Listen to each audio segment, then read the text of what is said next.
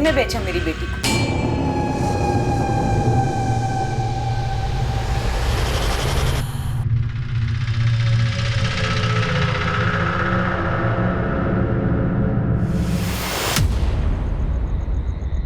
अब्बू पर हाथ उठाएगा?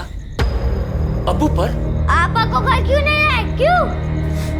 तेरे लिए और तेरे लिए, खुद कौसर के लिए। हम लोग एक जहन्नुम से निकले थे। अगर कौसर को घर ले आता ना तो हम फिर से वही लौटते। समझे तुम दोनों?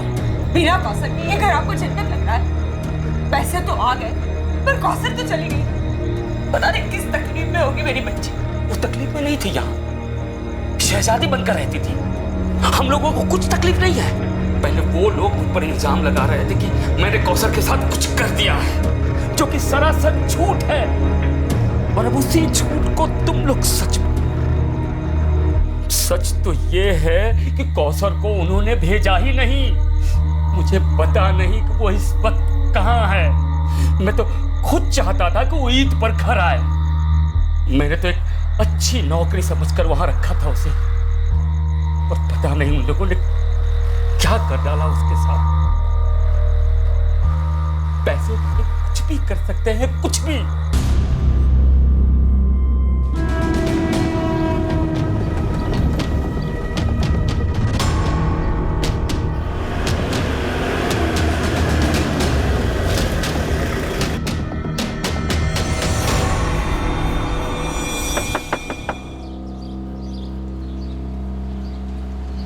तेरे शौहर को बुला।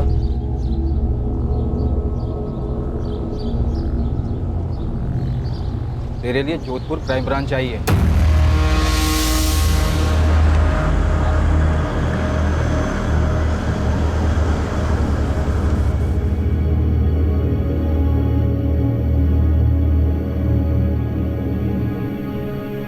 अम्मी, अब्बू ने कौशल आपा को फिर से कहीं दूर भेज दिया। तेरे अब्बू कुछ नहीं बोल रहे बेटा। कहाँ हो गया आपा? पता नहीं। लतीफ, तुम जोधपुर के अशफाक भाई को अच्छी तरह जानते हो। खुदा के लिए सच सच बताओ, क्या उन्होंने कौसर को वाकई यहाँ रियासपुर भेजा था? दावे के साथ तो नहीं कह सकता हूँ, पर बहुत ही शरीफ लोग हैं। मुझे लगता है बशीर कुछ छुपाने के लिए उन पर झूठे इल्जाम लगा। क्या छुपाने के लिए? यास्मीन वैसे भी खुश नहीं थी कौसर को जोधपुर भेजकर, इसलिए मुझे लगता है बशीर ने उसे कहीं और काम पर लगा दिया।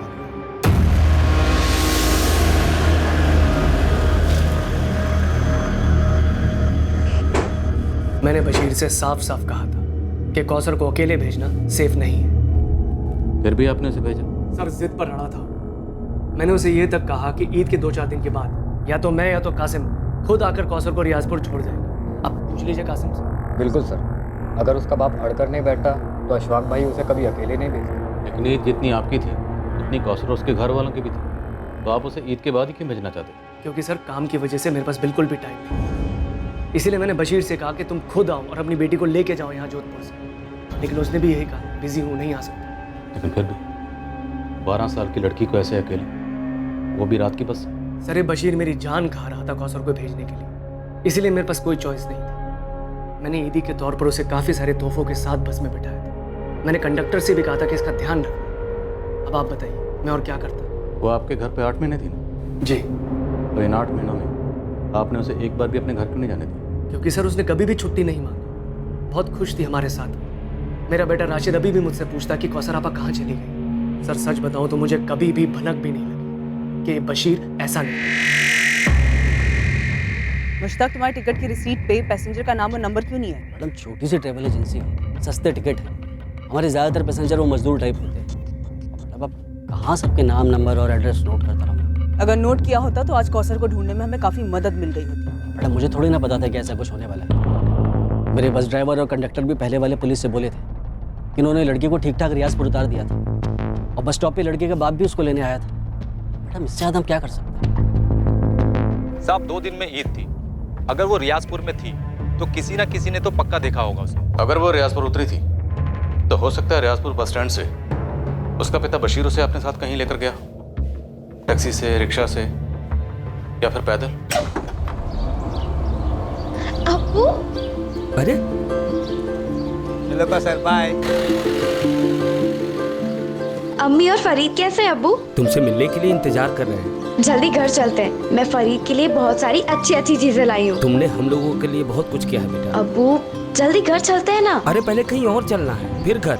कहाँ अब्बू? चलो तो सही। आओ। कहाँ? आओ ना।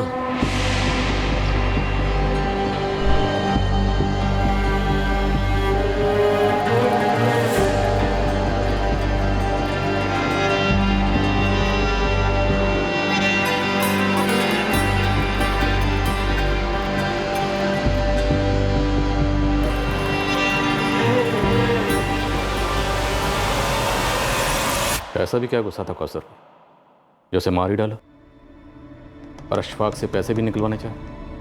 कहाँ दफना है? मुझे नहीं पता सर, मुझे नहीं पता मुझे उस पर किस बात का गुस्सा था, लेकिन एक बात सच है, सच हो सकती है। क्या? जब वो जोधपुर वाले साहब मेरी पिटाई कर रहे थे। बोल, क्या किया तूने कौसर के साथ? बोल साले बोल। तब मुझे एहसास हुआ कि मेरी बेटी कौसर को मार डाला गया। ये अशफाक कातिल है मेरी बेटी का साहब। मार डाला मेरी कौन-सी बच्ची को। इसलिए तो अशफाक से पैसे मांग रहा है। बता और मौत से। इस कौसर को काम पर रखकर ना बहुत बड़ी गलती कर दी है सर। सर आप इस बशीर को आड़े हाथों लीजिए, बहुत बड़ा गेम खेल रहा है। कैसा गेम? सर ये जब भी जोधपुर आता है इस केस के सिलसिले में मुझे फ़ोन करता है। अशफाक भाई, केस लंबा चलेगा तो तकलीफ आपको होगी। कहना क्या चाहता है बशीर? आप मुझे मुआवजा दे दो, 15 लाख, केस वापस ले लूंगा और कौसर को भी भुला दूंगा। कलीस बेगैरत आदमी अपनी बेटी का सौदा कर रहा है तो मुझसे? सर इस आदमी का मकसद सिर्फ पैसे हटना है। मैंने इंस्पेक्टर त्रिवेदी से भी यही कहा था, जैसा भी हो कौसर के बारे में पता लगाइए। क्या पता इस बशीर ने उसे पहले ही मार दिया हो। तो फिर लाश कहाँ है? बताइए ना, कहाँ है लाश? 10 दिन हो गए मेरी बच्ची को गायब हुए। किसी को तो मिलती। तू बता दे। क्या बताऊं सर, गरीब आदमी, इसलिए मेरी जबान की कोई कीमत नहीं। पर अशफाक भाई मुझ पर वाहियात इल्जाम लगाएंगे, आप इसे सच मानेंगे? तेरी बात भी सच मानेंगे, लेकिन सच बोल के तो देख। क्या बताऊं और क्या देखूं साहब? 4 पैसे घर में आएंगे, यही समझकर मैंने अपनी बच्ची को भेजा लतीफ के भरोसे। अब वही लतीफ मुझ पर उंगली उठा रहा है, ऊपर से कहता है बशीर कि ये सब बड़े पुलिस वाले के पास चला गया। तुम्हें बहुत तकलीफ होगी, हो रही है साहब, हो रही है, क्योंकि सारी दुनिया समझती है कि मैंने अपनी कौसर के साथ कुछ कर दिया। तेरे हिसाब से पूरी दुनिया झूठी है। वो बस कंडक्टर, उसका कहना है कि जोधपुर से अशफाक ने कौसर को बस में चढ़ाया था और अगले दिन सुबह रियाजपुर बस स्टैंड से तू कौसर को लेने भी आया था। उस बस कंडक्टर की तुमसे क्या दुश्मनी? वो झूठ क्यों बोले? पैसा बोलता है सर।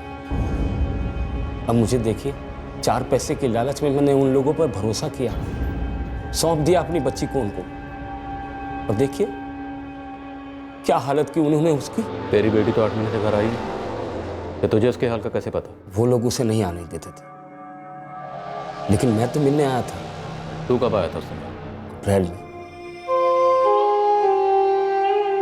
बेचारी की क्या हालत थी,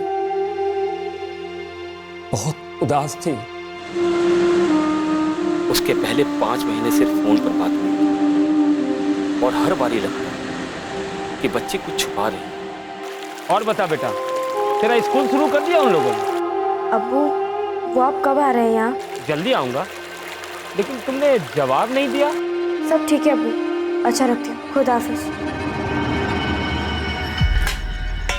मैं कुछ नहीं जानती।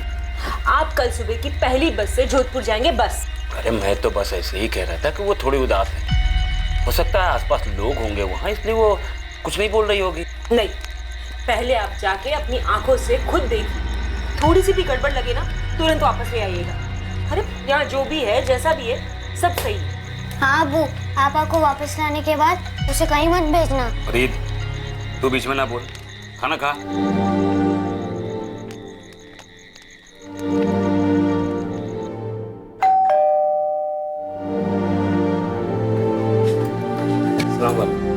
अरे बशीर, एकदम अचानक से? जी बस रहा नहीं गया, बुलाइए ना कौसर को। रुको बुला।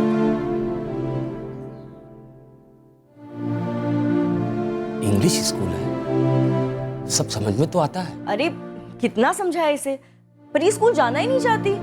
पर बात तो ये हुई थी कि कौसर अच्छे स्कूल में दाखिल होगी। हाँ एडमिशन हुई थी, पर एक हफ्ते बाद इसने जाना ही बंद कर दिया। कहती है घर पे रहना अच्छा लगता है इसे, है ना कौसर? मैं समझ गया कि फरजाना बहन के सामने कौसर सहमी हुई है, तो मैं उसे बाहर ले आया। अब बोल, स्कूल क्यों बंद कर दिया? अब्बू, ये लोग पूरा दिन मुझसे काम करवाते, घर के सारे काम।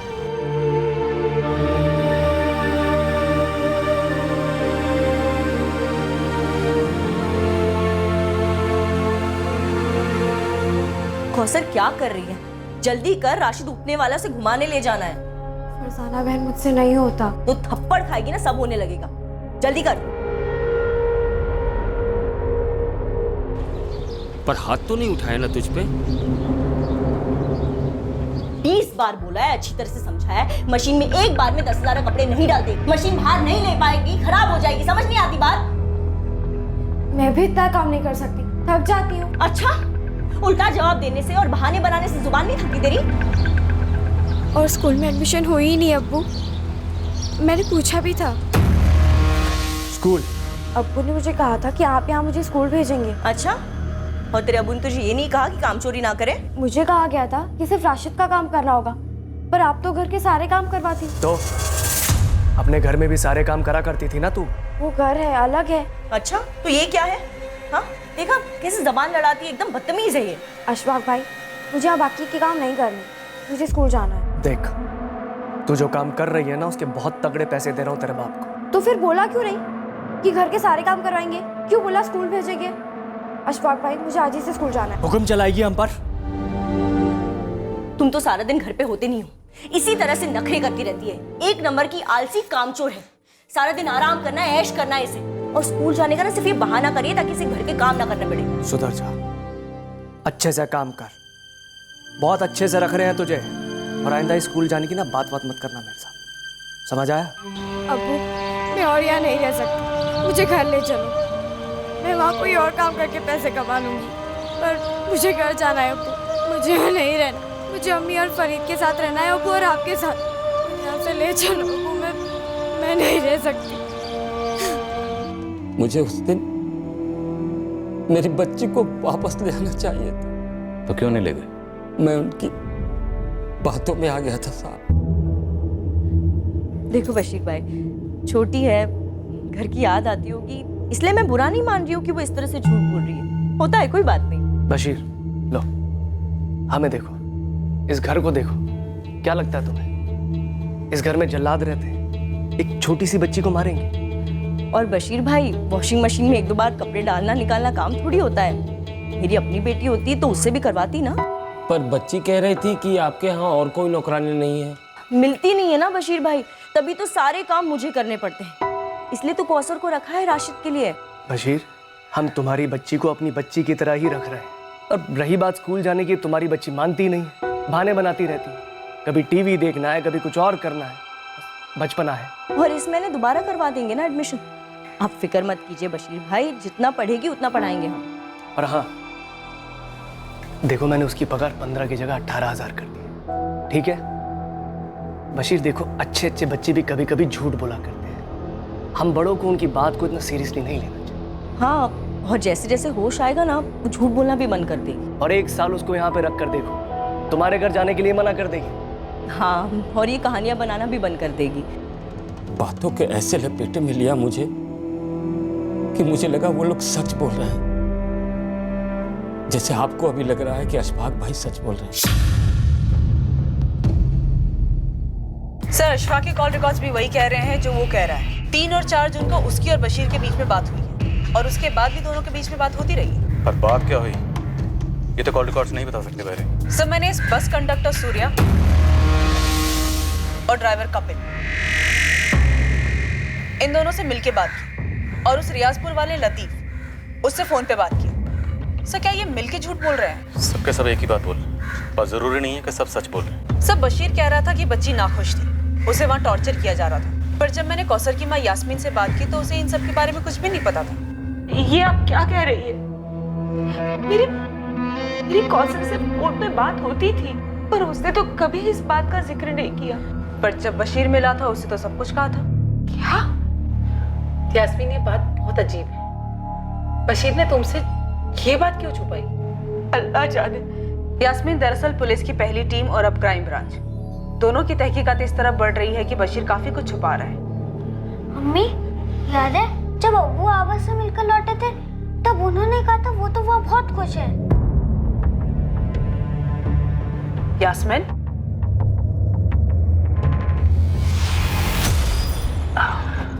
कौसर काफी खुश है वहाँ, और वो लोग भी उससे काफी खुश हैं। और स्कूल सब बढ़िया चल रहा है। गए तो ले ही आते ना। अरे पगले, सिर्फ मिलने गया था, ऐसे कैसे काम के बीच में ले आता? कुछ ही दिनों के लिए ले आते। तरस गई हूँ उसे देखने। मैं भी। थोड़ा इंतजार करो, ईद हमारे साथ ही मनाएगी कौसर। यास्मीन, हमारे पास इस बात का सबूत है कि अशफाक करीमी ने 3 जून को कौसर को बस में बिठाया था। वो रियाजपुर पहुंची भी थी और बशीर उसे वहां लेने भी गया था। ऐसा कैसे हो सकता है? अब्बू इतना झूठ नहीं बोल सकते। तो फिर कितना झूठ बोल सकते हैं बेटा? बताओ। यास्मीन, तुम्हें कभी ऐसा नहीं लगा कि बशीर तुमसे काफी कुछ छुपा रहा है? नो, मुझे नहीं लगता बशीर झूठ बोल रहा है।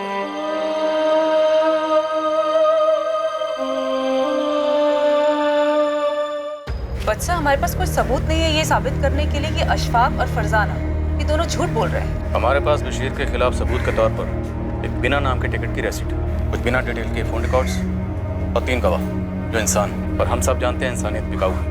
एक्चुअली सर, मुझे इस बस कंडक्टर सूर्या और ड्राइवर कपिल, इन दोनों पे पहले शक हुआ था। इस बस का लास्ट स्टॉपेज है अहमदाबाद। मैंने वहाँ पे अपनी एक टीम एक्टिवेट कर दी है ये जानने के लिए कि कहीं ये दोनों किसी रैकेट में तो शामिल नहीं है। रैकेट बिजली की तरह काम करते हैं। घर भी वक्त निकला जा रहा है। बच्ची कौसर कहाँ है?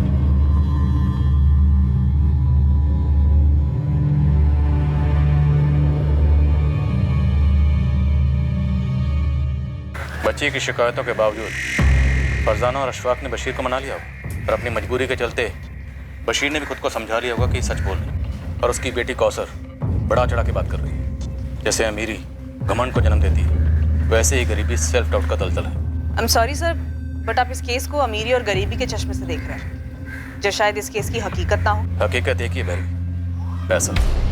पैसे से बड़ी कोई रियलिटी नहीं। पैसा कुछ अमीरों को एक फीलिंग देता कि कुछ भी खरीद सकते, सच्चाई को भी, और गरीबी इंसान को इतना मजबूर कर देती है कि एक छोटी बच्ची बुरी तरह से एक्सप्लॉइट हो जाती, फिर भी उसे घर वापस नहीं ले जाएगा। अगर अप्रैल में उसे वापस भेज देते ना तो बेकार की टेंशन नहीं होती। तुमने अगर राशिद का ध्यान ठीक से रखा होता ना तो वो लड़की इस घर में होती ही नहीं। वाह, तुमने तो बहुत हेल्प की ना मेरी, सारे कामों में बहुत हाथ बटाया तुमने। मेरे पास कोई और काम तो है नहीं, पैसे तो पेड़ पे उगते हैं ना। अशफाक, बच्चे संभालना कोई बच्चों का खेल नहीं है। एक दिन बच्चे का काम और घर का काम करके देखो, फिर बात करना। और वैसे भी अब तक तुम नई नौकरानी अरेंज नहीं कर पाए हो और बात कर रहे हो इतनी। अरे नौकर नौकरानी टिकेंगे कैसे? हमारे घर में हालत देखी क्या करके रखती हो, मशीन की तरह रखती हो उनको, पूरा निचोड़ देती हो। इस झमेले में फंसे ना हम, सिर्फ तुम्हारी वजह से फंसे। सिर्फ मेरी वजह से? हाँ, तुम्हारी वजह से। तुम्हारी वजह से बशीर हमारा खून पी रहा है। और एक ये तुम्हारा निकम्मा भाई, एक काम ठीक से नहीं होता इससे। हाँ, अब तो तुम इस पर इल्जाम लगाओगे, खुद को बचाओगे ना? हाँ कासिम बोल। अशफाक भाई, ये नई पुलिस टीम लियाकत और शमशेर को उठा के ले गई है पूछताछ के लिए।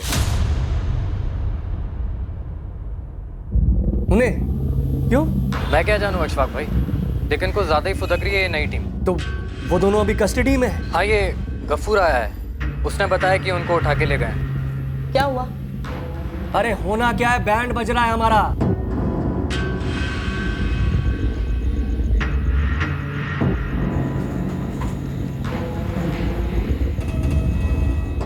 कितने में बेचा मेरी बेटी को?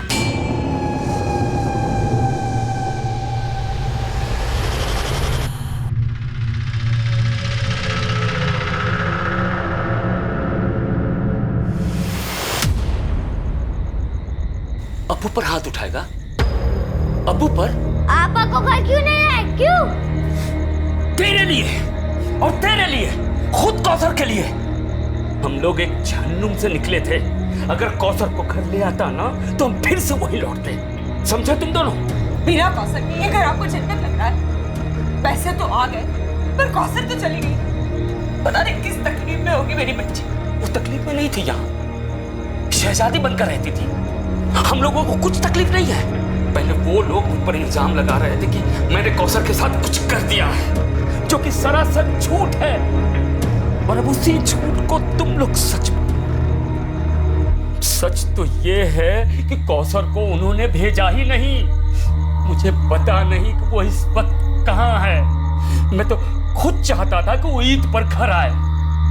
मैंने तो एक अच्छी नौकरी समझकर वहां रखा था उसे, और पता नहीं उन लोगों ने क्या कर डाला उसके साथ। पैसे कुछ भी कर सकते हैं, कुछ भी। मैडम, हम कैसे बता सकते हैं अशफाक भाई घर में क्या चलता है? हम तो उनके यूनिट के कारीगर हैं। मैं तो कभी उनके घर तक नहीं गया हूँ। अशफाक करीमी ने हमसे बताया कि कौसर को उसे रियाजपुर खुद ड्रॉप करने के लिए टाइम नहीं था, वो बिजी चल रहा था। भाई यूनिट का काम कहाँ चल रहा था? उसके वर्कर्स को उठा और पूछो कि ऐसा भी बिजी काम कहाँ चल रहा था, जिसकी वजह से उसने 12 साल की बच्ची को अकेले बस में भेज दिया, वो भी रात की बस से। सर, आप सिर्फ अशफाक पे इतना गहरा शक कर रहे हैं? हाँ भैरवी, क्योंकि मुझे गहरा शक है कि कौसर उस रात बस में नहीं थी। सर, हो सकता है अशफाक ने बस में बिठा दिया हो और रास्ते में उसके साथ कुछ हो गया हो। वो महज 12 साल की थी, गरीब घर से थी, लेकिन वो खुश नहीं थी। उसने साफ साफ लफ्जों में अपने पिता से अशफाक करीमी के परिवार की शिकायत की थी। अगर उसके साथ बस में कुछ हुआ होता तो वो चिल्लाती, झगड़ा करती, आसपास के पैसेंजर्स अलर्ट होते। नहीं भैरवी, मैं बता रहा हूँ, कौसर उस रात बस में नहीं थी। तो बताओ शमशेर, लियाकत, काम कहाँ चल रहा था? मैडम, सारा काम तो 3 जून तक पूरा हो चुका था। हम सबको ईद की छुट्टियाँ चाहिए थी। हाँ, तो 3 जून तक काम चल कहाँ रहा था? 20 मई से 3 जून तक हमारी पूरी यूनिट बाड़मेर में थी। एक गार्डन में मार्बल फिटिंग का काम चल रहा था।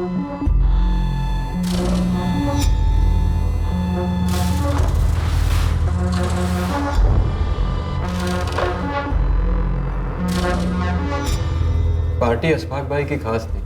हम पूरी ताकत लगा रहे थे ईद के पहले काम पूरा करने के। हमने 2 तारीख तक सारा काम निपटा लिया था। तो अशफाक करीमी ने हमसे झूठ बोला कि उसके पास कौसर को रियाजपुर ड्रॉप करने का टाइम नहीं था? मैडम, वो सब हमें नहीं मालूम। उनकी निजी जिंदगी है मैडम, हमारा कोई ताल्लुक नहीं।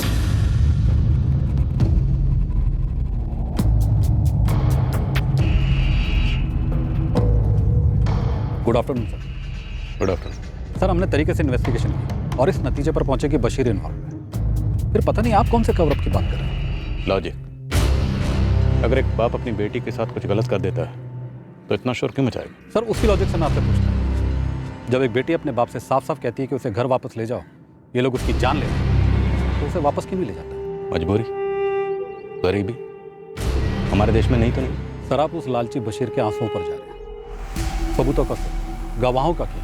बस के कर्मचारी, उसी के गांव का लतीफ, मतलब सभी ने बशीर के खिलाफ स्टेटमेंट दिया। स्टेटमेंट होता है त्रिवेदी। सच कब से होने लगा? ये बस टिकट की कॉपी जब तुम्हारे सामने बतौर सबूत पेश की गई तो मैं इसमें कोई खोट नजर नहीं। टिकट की कॉपी भी लाओ। इस फोटो कॉपी को देखकर तुम्हारे दिमाग में कोई डाउट नहीं?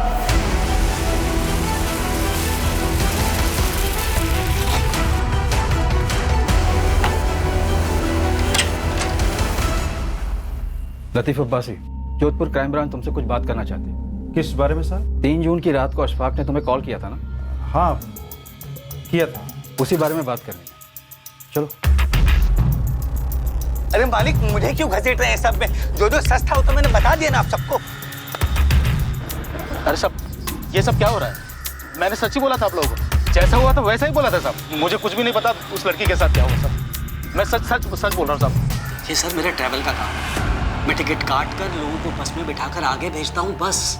लेकिन लड़की बस में बैठी ही नहीं। इसमें मेरी क्या गलती?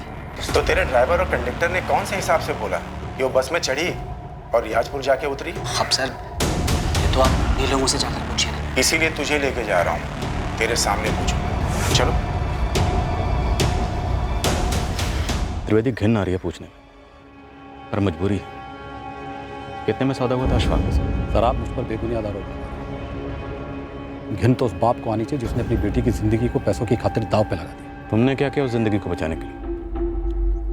ढूंढ के नहीं लिया कौसर को? पता क्यों नहीं किया कि 12 साल की मासूम जिंदगी के साथ क्या हुआ? आओ उस्मान। सर बच्ची रियाजपुर कभी पहुंची ही नहीं। बीच रास्ते में उतारी? शायद बस में कभी चढ़ाई भी नहीं गई। लेकिन बस के ड्राइवर, कंडक्टर सबका स्टेटमेंट कि बच्ची बस में चढ़ी थी और अगले दिन रियाजपुर बस स्टैंड से बशीर उसे कहीं ले गया। नामुमकिन है सर। रियाजपुर बस स्टॉप पर एक गवाह नहीं मिला है जो ये कह सके कि हाँ उसने बच्ची को देखा। और आखिरी बस स्टॉप अहमदाबाद, मेरे लड़के बोले किसी ने लड़की को नहीं देखा। बहुत फोटो घुमाई, एक टिप तक नहीं मिली। ये बस टिकट की कॉपी मुझे पहले दिन से खटक रही है। कोई मामूली से बस टिकट की फोटो कॉपी क्यों कराई? सबूत के लिए ना सर, कि उसने पैसेंजर के लिए टिकट खरीदी है। पर सबूत की जरूरत क्यों महसूस हुई? क्या उसे पहले से पता था कि लड़की के साथ कुछ हो सकता है और उसे पुलिस के सामने सबूत पेश करना पड़ेगा कि उसने झट से किया? सर उसे आभास हुआ होगा कि बच्ची को वो बस में अकेले बिठा रहा है, तो उसके पास प्रूफ होना चाहिए। नो वेरी, उसे कोई आभास भाभास नहीं। उसने जो करना था कर दिया और ये टिकट बाकायदा प्लानिंग के तहत खरीदा गया ताकि वह साबित कर सके कि बच्ची बस में चढ़ा दी गई थी। अगर ऐसा हुआ हो तो इस प्लान में उस बस का कंडक्टर, ड्राइवर, ट्रैवल कंपनी का मालिक और वो रियाजपुर वाला लतीफ़ सब शामिल होंगे। ये सवाल तुम्हारे दिमाग के रडार में आए नहीं त्रिवेदी? सर जो सवाल मुझे ज़रूरी लगे मैंने पूछे दोनों पर।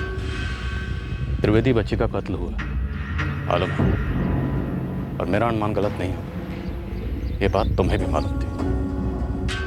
बाढ़ में टीम गई है वहाँ। मुझे लगता है बच्ची की लाश को वहीं ठिकाने लगा गया।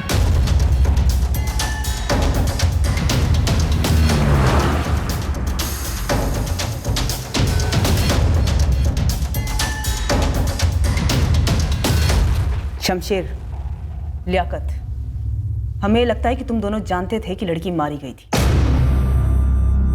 क्या उसे यहाँ से कहीं ले जाया गया था?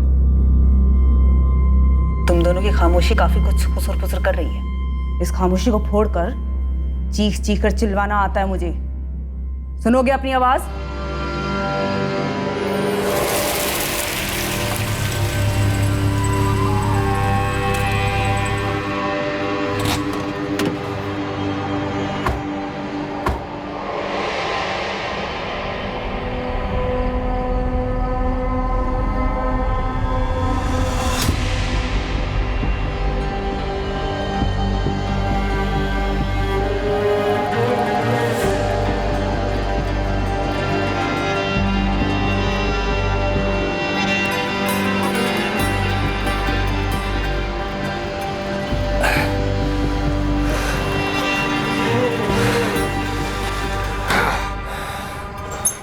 तुम लोगों को एक मार्बल रिप्लेस करना है, बाकी कासिम संभाल लेगा। समझे तुम लोग? चलो। देख कासिम, सब कुछ ठीक ठाक होना चाहिए, बाद में कुछ भी बाहर नहीं आना चाहिए। मैं सब देख लूंगा।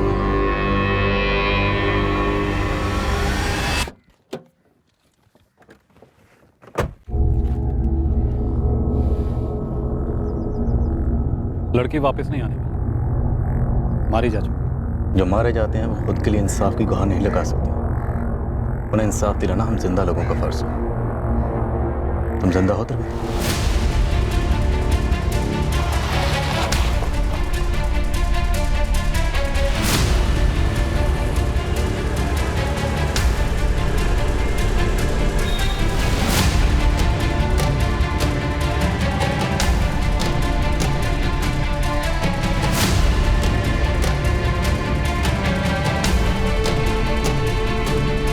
कौन है आप लोग? Crime branch, Jodhpur. बता शमशेर, कहाँ है कौसर?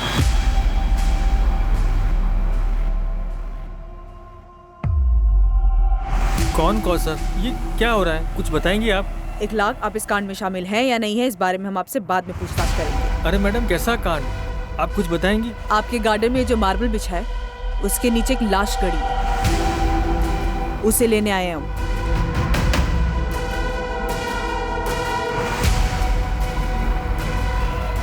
ये सही है, इसी को रिप्लेस करेंगे।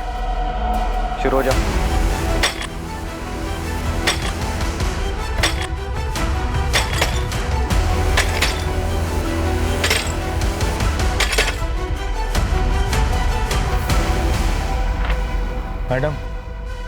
मैं और मेरी बीवी तो उस वक्त घर पर ही नहीं थे जब ये सब कुछ हुआ। मैंने तो सिर्फ अपने दोस्त अशफाक को ये काम दिया था, इसके आगे हमें कुछ भी नहीं मालूम। इगलाक वो सब हम मालूम कर लेंगे। ऐसे मैडम ये लाश मतलब कौन है, किसकी है? तुम्हारे दोस्त अशफाक के घर में काम करने वाली एक नौकरानी है, 12 साल की बच्ची। आराम से संभाल के। हाँ,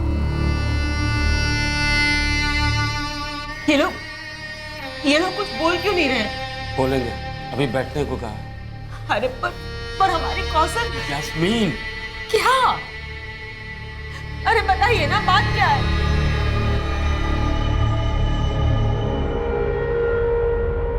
मैडम आपको दिखाई नहीं दे रहा है मेरे बच्चे की क्या हालत हो रही है? बच्चे के लिए कुछ चीज़ चाहिए तो बता दीजिए, मंगवा देंगे।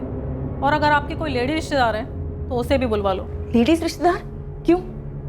देखिए, मुझे अपने शौहर से बात करनी है। कहाँ है वो? बुलाइए उन्हें।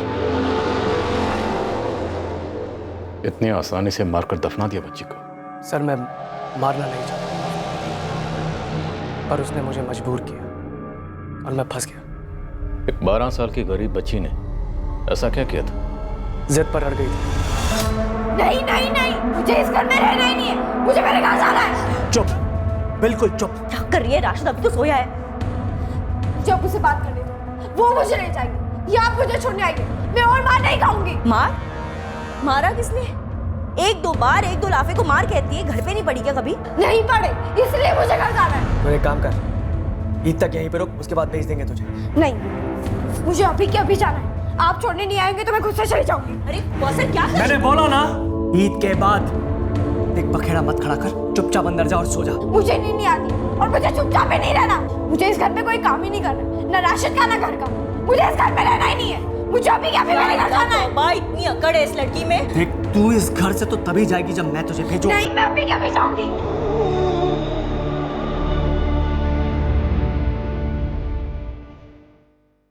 अशफाक, ये क्या हो गया इसे?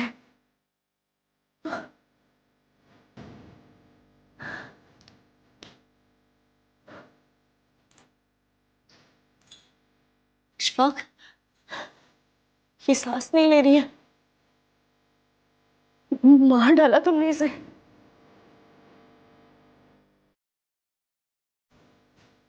ये भी खत्म और तेरी सारी शिकायतें भी खत्म। यहाँ भी मैं जिम्मेदार हूँ। मैंने कहा था मार डालने से। तो और क्या करता मैं? तुम्हें मार देता या मैं खुद को मार डालता?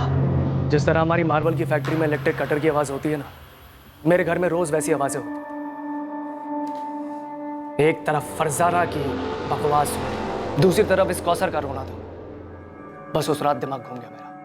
सर, उस रात तो मैं वहाँ था भी नहीं। अशफाक भाई ने फ़ोन किया, बोले ऐसा ऐसा हुआ है, अब क्या करें? देखिए राजपूत साहब, मैं आपके साथ मोलभाव नहीं करूँगा। आप जो रकम बोलेंगे उस पर डन करूँगा। कैश चाहिए, ज्वेलरी चाहिए, जो चाहिए बताइए। तुम्हारा बच्चा बशीर और यास्मीन तुमसे तुम्हारा बच्चा मांगे तो जान के बदले जान। सर, वो लड़की अब नहीं रही, ठीक है ना? कौन सा उसके घर वालों पर पहाड़ टूट गया, उल्टा खाने वाला एक मुंह का मुंह है। तुम दोनों भी नहीं रहोगे ना, तो तुम्हारे घर वालों पर भी कोई पहाड़ नहीं टूटेगा, बल्कि इस धरती का बोझ कुछ कम होगा।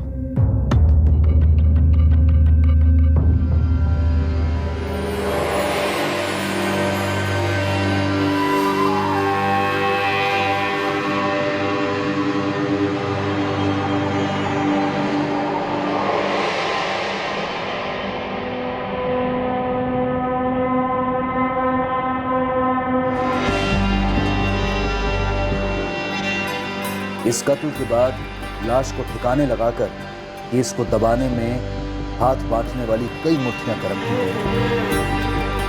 भरपूर पैसा खर्च किया गया था इस झूठी कहानी को रचने में कि कौसर जिंदा थी और घर भेजी गई थी। आना नहीं चाहिए किसी को, लेकिन अगर पुलिस आई पूछने तो तुम दोनों को मालूम है क्या बोलना और उस पर अड़े रहना। सब सेट है भाई, लेकिन एक बात है जो मुझे अभी सूझी। क्या? वो रियाजपुर वाला लतीफ अब्बासी। तुम्हें बोलना कि तुमने रियाजपुर में कौसर को देखा था। बशीर के साथ। सवाल ही नहीं उठता अशफाक भाई, ये तो बहुत बड़ा झूठ हुआ, पूरा फंसूंगा। कैसे? मियाँ ईद का टाइम है, अगर मैं ये कहूँ कि मैंने देखा है, मेरे अलावा तो और किसी ने नहीं देखा होगा। लेकिन हाँ, एक काम हो सकता। क्या? जल्दी बोल। आज रात को आप मुझे फोन कीजिए और बोलिए कि आपने बच्ची को बस में बैठा दिया। मैं पुलिस के सामने यही सब बोलूंगा। झूठ के इस दिए को जलाए रखने के लिए पैसों का भरपूर तेल पिरोया गया था। सभी एक आवाज में कह रहे थे कि कौसर जिंदा है, जबकि सब जानते थे वो मारी गई।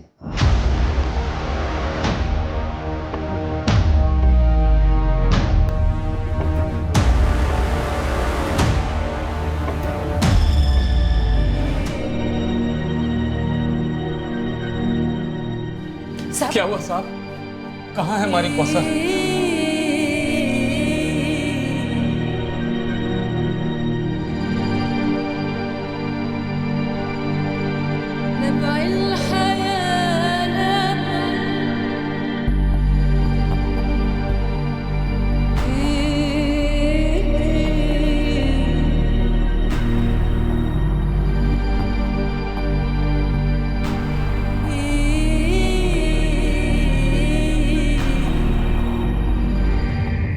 माँ बाप ने आइडेंटिफाई किया सर, कौसर अंसारी ही है। चार्जशीट में एक भी लूप होल नहीं रहना चाहिए, मैक्सिमम सजा दिलानी है इन्हें। बास्टर्ड्स, कैसे? आई मीन 12 साल की बच्चे के साथ कोई कैसे ये सब कर सकता है? सर आई स्ट्रांगली फील कि इंस्पेक्टर त्रिवेदी ने कवर अप किया। हालांकि अभी इस वक्त उनके खिलाफ कोई डायरेक्ट सबूत तो नहीं है, पर सर इस केस को दबाने के लिए इतने लोगों की मुट्ठियां गर्म करी, तो ये इम्पॉसिबल लगता है कि इंस्पेक्टर त्रिवेदी जो इस केस के मेन इन्वेस्टिगेटिंग ऑफिसर थे, उन्हें घूस ना दी गई।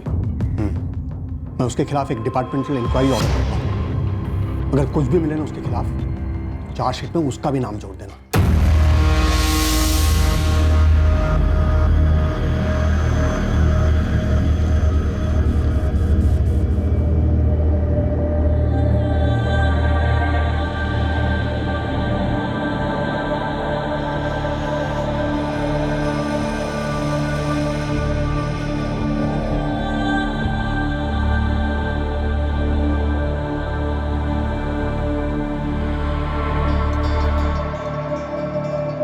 अशफाक करीमी पर कत्ल के लिए आईपीसी की धारा 302 के तहत चार्जेस लगाए गए हैं और सबूत मिटाने के लिए आईपीसी की धारा 201 के तहत भी उसे चार्ज किया गया है। कासिम जाफरी और फरजाना करीमी पर आईपीसी की धारा 201 के तहत सबूत मिटाने के चार्जेस हैं।